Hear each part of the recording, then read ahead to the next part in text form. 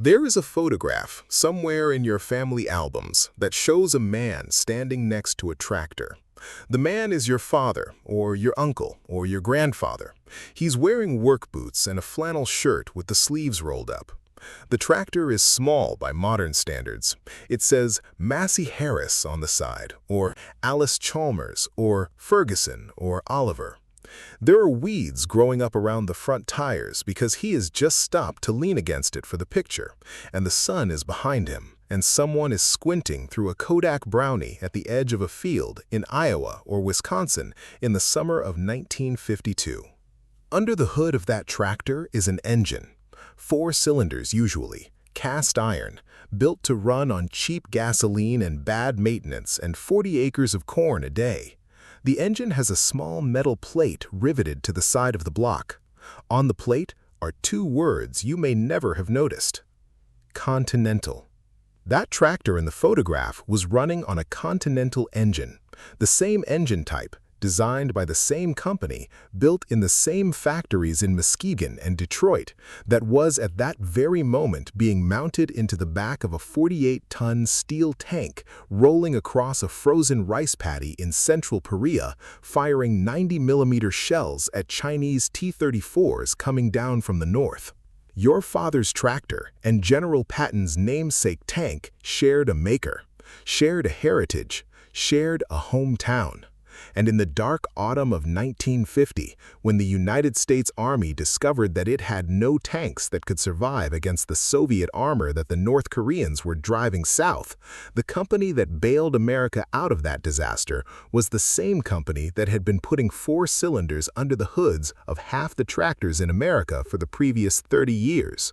This is the story of how a sleepy Michigan engine company, built on farm equipment, ended up saving the 8th Army at the Pusan perimeter. The company was called Continental Motors. It was founded in 1905 in Muskegon, Michigan, by 2 men named Tobin and Judson, who had figured out something that the rest of the American auto industry had not yet quite worked out, that there was money to be made in selling engines, not cars. Most early automobile companies built their own engines. Continental built engines for everybody else. They sold to over 100 different car manufacturers in the 1910s and 1920s. They sold to truck makers. They sold to companies that needed engines for irrigation pumps and electrical generators. And, most importantly for our story, they sold to tractor manufacturers. By the late 1930s and into the 1940s and 1950s, the small 4-cylinder Continental engines were the standard power plant for an enormous slice of American agricultural equipment. The Ferguson TE-20, the gray tractor that revolutionized small farm agriculture in post-war America. The Massey Harris Pony and Pacer. The Alice Chalmers G. The Oliver 44 and 440. The Massey Ferguson 65. If your family had a tractor in 1950 that was not a John Deere or a big farm haul, there was an excellent chance that what was sitting under the hood was a Continental. Those engines were not glamorous. They were inline 4-cylinder gasoline engines, mostly air-cooled in the smaller sizes, with simple flat-head designs that any farmer with a wrench could work on. They produced 30 or 40 horsepower, ran on whatever fuel you put in them, and lasted a quarter of a century if you remembered to change the oil. They were the unromantic, dependable workhorses of American agriculture.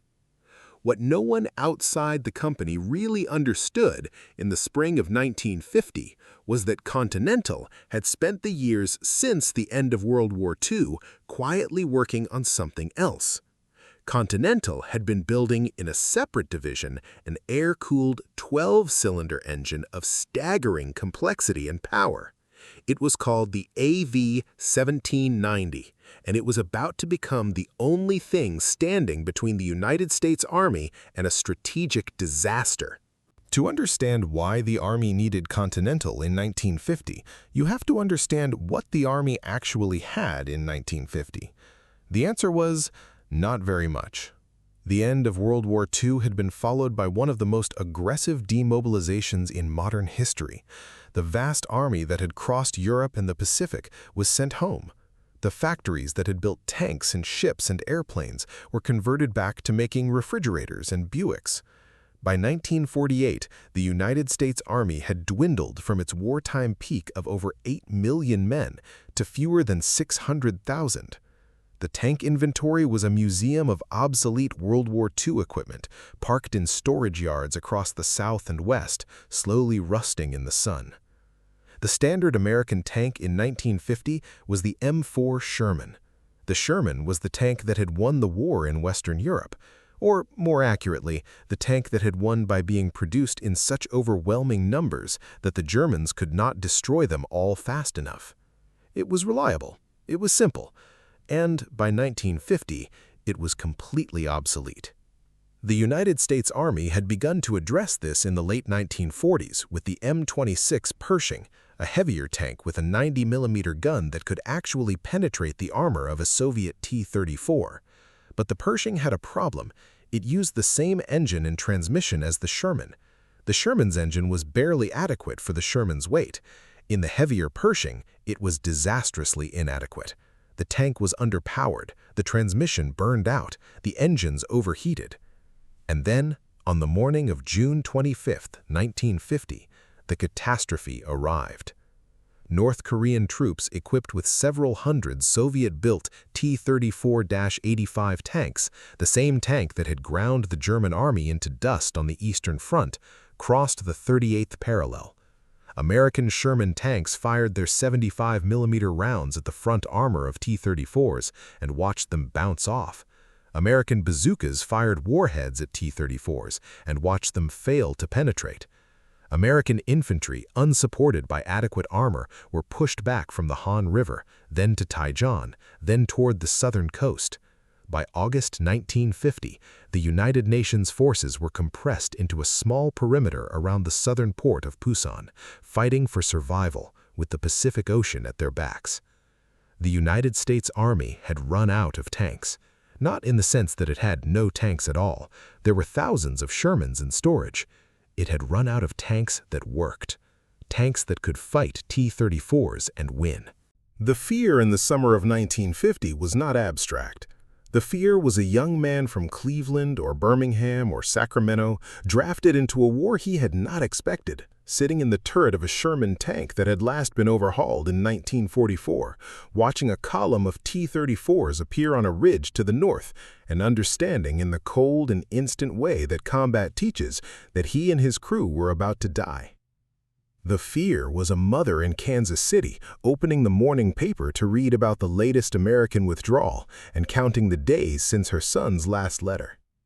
The fear was a general at the Pentagon staring at maps that were getting progressively smaller, calculating how many days remained before the United States Army would have to evacuate from the Korean Peninsula. The fear was real because the loss was real. Between June and September 1950, the United States and South Korea were defeated in detail by the North Korean People's Army. Tens of thousands of American soldiers were killed, wounded, or captured. The American military, which only 5 years earlier had been the most powerful in human history, was being humiliated by a small communist state armed with second-hand Soviet equipment. And the central reason for the humiliation was tanks. Sherman tanks could not stop T-34s. The few Pershings rushed to Korea were breaking down because their engines and transmissions were not up to the demands of Korean terrain. The mountains, the bad roads, the rice paddies, the constant cycle of advance and retreat, all of it placed enormous mechanical stress on equipment that had been designed for the flat plains of Central Europe. What the Army needed was a tank that could fight a T-34 and win. That meant a 90mm gun, which the Pershing already had. It meant adequate armor, which the Pershing already had, and it meant an engine and transmission that could push 50 tons of steel up and down Korean mountains for weeks at a time without failing. The Pershing's engine could not do that. The Sherman's engine could not do that. There was no other American tank engine in production in 1950 that could do that. There was, however, an engine sitting in a factory in Michigan that could. The men who designed the AV-1790 are mostly forgotten now. They were corporate engineers at Continental Motors in the late 1940s, working on a project to build a tank engine that did not have the limitations of the Sherman's tired aircraft engine and the Pershing's overstressed Ford GAF. The lead engineering team at Continental was tasked with building something specific. They needed an engine that produced at least 800 horsepower. They needed it to fit into the rear compartment of a medium tank. They needed it to be air-cooled because liquid cooling systems added weight and complexity and were vulnerable to battle damage. They needed it to be reliable enough to operate in deserts, jungles, mountains, and Arctic conditions. And they needed it to use the same fundamental design principles that Continental had been refining for decades on its automobile and tractor engines. What they came up with was the AV-1790 series, air-cooled, 1,790 cubic inches of displacement, 12 cylinders arranged in a V configuration, producing 810 horsepower at full throttle. It was an enormous, complex, magnificent engine, and it borrowed, in dozens of small ways, from the engineering knowledge that Continental had accumulated by spending 50 years building the four-cylinder workhorse engines that powered American agriculture. The fundamental insight that Continental brought to tank engine design was that an air-cooled engine, properly designed, could be more reliable in combat than a liquid-cooled engine. This was a counterintuitive idea in 1950. Most powerful engines of the era were liquid-cooled. The radiators, the water pumps, the coolant lines, all of these things added complexity. But in combat, every additional component was another thing that could be damaged. A bullet through a radiator hose disabled the tank as surely as a hit on the engine itself. Continental had been building air-cooled engines for tractors since the 1920s. They knew how to design cooling fins that worked. They knew how to manage the airflow through an engine compartment. They knew how to make valve seats and piston rings that could survive higher operating temperatures.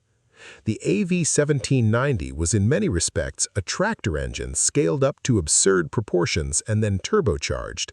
It was simpler than a comparable liquid-cooled tank engine. It had fewer points of failure. It could keep running with a hole in the cooling system that would have killed any liquid-cooled engine within minutes.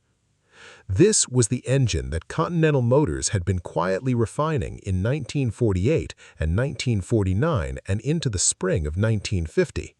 And when the Korean War started in June 1950, the Continental AV-1790 was sitting in Muskegon, ready to be installed into something that could. The wild idea was not the engine itself. The wild idea was what the Army did with it. In January of 1948, more than 2 years before the Korean War began, Detroit Arsenal had begun working on replacing the original power plant of the M46 Pershing with the Continental AV-1790-3 engine and an Allison cross-drive transmission. This was driven by the simple observation that the Pershing was underpowered and that a better engine existed. The upgraded tank was originally designated the M46E2. As more changes accumulated, the Bureau of Ordnance decided that the tank was different enough from the Pershing to warrant its own designation. They called it the M46. And then, on November 30, 1948, the first M46 came off the production line at Detroit Arsenal Tank Plant. They named it after General George S. Patton, Jr., who had died in a car accident 3 years earlier.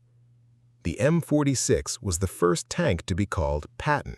It would not be the last. By July 1950, just as the disaster in Korea was beginning, Detroit Arsenal was producing M46s at a rate of over a dozen a day. President Harry Truman authorized increased production. The first M46s reached South Korea on August 8, 1950, a little over 6 weeks after the war had begun. They were assigned to the Army's 6th Tank Battalion. By the end of 1951, 200 M46 Pattons had been fielded in Korea, forming about 15% of U.S. tank strength in theater. What the M46 demonstrated in the rice paddies and mountain roads of central Korea in the autumn of 1950 was that the Continental AV-1790 was the engine the Army had needed all along. The M46 could fight T-34s and win. It could maneuver across Korean terrain that had broken Sherman tanks within weeks. The combination of the AV-1790 and the new Allison cross-drive transmission allowed the M46 to do something that no previous American tank had been able to do. It could pivot in place. It could turn 360 degrees in its own length. In the narrow, mountainous terrain of Korea, this was an enormous tactical advantage. By the end of 1951, the M46 had effectively pushed the older M26 Pershings out of frontline service. The Continental AV-1790 had not by itself won the Korean War, but it had given the United States Army, in a moment of crisis, an answer to a problem that the rest of American industry had not been able to solve. The success of the M46 in Korea created an immediate problem for the Army. The M46 was an interim solution. It was a stopgap. The Army's long-term plan had always been to develop a completely new medium tank called the T-42. But the T-42 was not ready. Its development was incomplete. The hull design had problems, and the Army did not have time to wait. The compromise was the M47 Patton. It was, in essence, the turret of the unfinished T-42 grafted onto the proven hull and power plant of the M46. The American Locomotive Company received a $100 million contract in December 1950 to begin production. By 1952, M47s were rolling out of the Detroit Arsenal tank plant and the American Locomotive Company at a rate of hundreds per month. Inside every M47 was an improved version of the same Continental engine, the AV-1790-5B. Same basic architecture, same air-cooled 12-cylinder layout, same fundamental engineering inheritance from Continental's tractor and automobile engine programs. By the time M47 production ended, 8,576 tanks had been built. Most of them never saw combat in American hands. They were exported to American allies in Europe and Asia. NATO countries received them by the thousands. West Germany, Italy, France, Belgium, Spain, Greece, Portugal, Austria. South Korea received over 500. Japan received one for evaluation, which they used as the basis for their own first post-war tank design. For the next 15 years, the standard medium tank of the entire Western Alliance was the M47, and every one of them, every single one of those 8,000 tanks scattered across the air bases and tank parks of two continents, ready to fight a Soviet invasion that thankfully never came, was powered by a Continental engine. Then came the M48. Then came the M60. The Patton series of tanks evolved across 2 decades, and at every step, the engine remained a member of the same family. The AV-1790 became the AVDS-1790, which converted to a multi-fuel diesel design. The basic engine that Continental had begun designing in 1947 powered the central armored vehicle of the United States Army from 1950 until the M1 Abrams entered service in 1980. 30 years of unbroken service. And every one of them was designed and built by the same company that was, at the same time, putting 4-cylinder engines into Massey Harris tractors. The real test of the Continental tank engine was not Korea. The real test was the half-century of standoff that followed. For 30 years after Korea, American tanks stood watch in Germany, in Korea itself, in dozens of allied nations around the world. They did not, for the most part, fight wars. They sat in motor pools, they went on training exercises, they were inspected and maintained and prepared for an invasion that never came. And the engines kept running.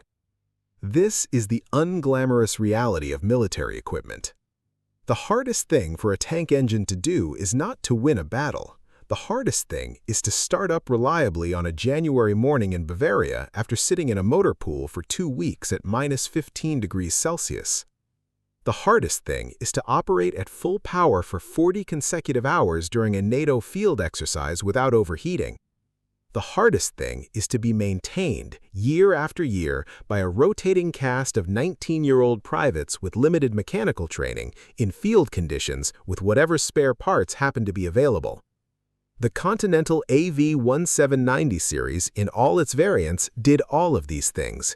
It became one of the most reliable tank engines ever built, not because it was the most powerful, and not because it was the most efficient, but because it was the one that worked when the conditions were bad, and the maintenance was inadequate, and the operators were tired. It was, in the deepest sense, a worthy descendant of the tractor engine tradition that Continental had spent 50 years perfecting. A farmer with a Massey Harris in 1948 expected the engine to start every morning, run all day, and not require expensive repairs. A tank crew in West Germany in 1968 expected exactly the same thing. And they got it from the same company. The tank engine that protected the Fulda Gap from a Soviet invasion was, in spirit and in lineage, the tractor engine that had plowed the fields of central Iowa. There is a quiet question that runs through this story. The men who worked at Continental Motors in Muskegon and in Detroit, building these engines through the 1950s and 1960s, what did they think they were doing? Most of them came from farming backgrounds. Many of them had grown up around tractors. They knew the small 4-cylinder engines that they had built for Massey Harris and Ferguson and Alice Chalmers.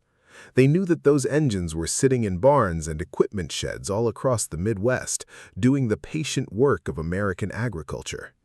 And then, in a different building, on a different production line, they were building the same engineering tradition scaled up into a 12-cylinder monster designed to power a tank that would, in a worst-case scenario, drive across Central Europe killing Soviet soldiers. The two productions ran side by side. The same workers, in many cases, moved between them. The same suppliers provided the small components, the bearings, the gaskets, the wiring harnesses that went into both the tractor engines and the tank engines.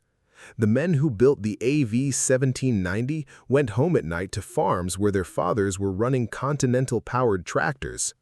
A worker at the Muskegon plant in 1955 asked what he did for a living would have said something general: "I make engines." He would not have specified which ones. The tank work was not exactly secret, but it was not advertised either. It was a strange American symmetry. The same hands that built the engine that would let your father bring in the corn also built the engine that would let an American sergeant from Pennsylvania survive a tank battle in Korea. The pride a farmer felt in his Massey Harris and the pride a soldier felt in his Patton were rooted in the exact same factory floor. The Soviets, of course, were paying attention. Soviet tank design in the 1950s and 1960s went in a very different direction.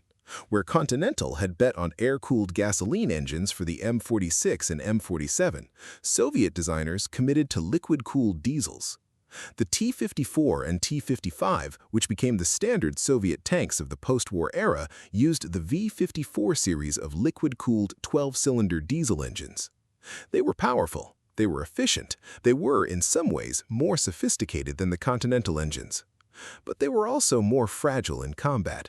A liquid-cooled engine has more failure modes than an air-cooled one, and Soviet manufacturing tolerances, while improving steadily through the 1960s, never quite matched the consistency that American factories could deliver. The deeper difference, however, was not in the engines themselves, but in the industrial base behind them. Continental Motors did not exist in a vacuum.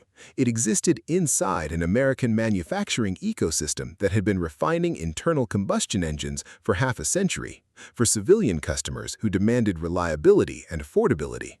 The tractor engines that Continental had built for American farmers had taught the company everything it needed to know about how to build a tank engine that would work in the field. The Soviet Union did not have a Continental Motors. When the Red Army needed a new tank engine, they had to design it as a custom military product. When the United States Army needed one, they could call a company in Michigan that had been building engines for tractors since 1905. The Continental Motors Company, as an independent corporation, no longer exists. It was absorbed by Teledyne in 1969 and then sold off in pieces over the decades.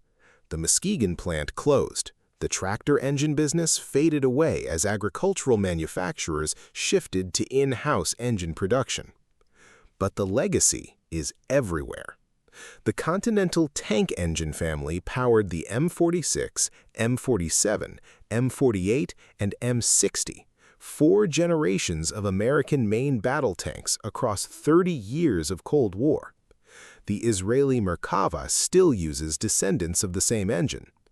The Continental aircraft engine business, spun off in 1929, produced the small piston engines that powered American light aviation for most of the 20th century. Cessna, Piper, Beechcraft, millions of small airplanes flew behind Continental engines.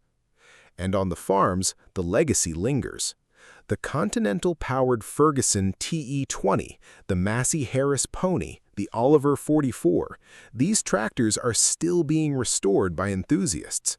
There are forums, websites, and parts catalogs dedicated to keeping Continental tractor engines running. The same engineering principles that went into building the AV-1790, air cooling, simple maintenance, reliability under bad conditions, are still being celebrated by a generation of restorers who never knew that the company also built the engines that won the Pusan perimeter. American industrial capitalism, with its endless market pressure to refine the everyday products that ordinary people used, had created a manufacturing capability that the Cold War required. The free market for tractors had, in an indirect way, equipped American armor with the engines that would defend Europe. There is a photograph, somewhere in your family albums, that shows a man standing next to a tractor. The man is your father. The tractor is small and dusty. There are weeds growing up around the front tires. The sun is behind him, and someone is squinting through a brownie at the edge of a field in Iowa or Wisconsin in the summer of 1952. Now, when you look at that photograph, you know. The engine inside that tractor came from the same factory, the same engineering tradition that built the engine that powered the M46 Patton across the rice paddies of Korea in the autumn of 1950. The 4 cylinders that turned the tires of your father's Massey Harris and the 12 cylinders that turned the tracks of an American tank facing down a column of T-34s were cousins. They came from the same family. They were made by the same hands. The world your father was building on his farm in 1952 and the world American soldiers were trying to protect in the mountains of Korea in 1950 were powered by the same company. A tractor and a tank. The same engineering, the same Michigan factory, the same fundamental commitment to building engines that would start in the morning and run all day and not break down when you needed them. That is what America built, in a quiet plant in Muskegon, while the country was busy plowing fields and bringing in the corn. A 4-cylinder engine for the tractor in the photograph and a 12-cylinder engine for the tank that held the line at Pusan, drawn from the same well of 50 years of patient American engineering. The tractors are still being restored. The tanks are mostly in museums. The engines, in both cases, are still running.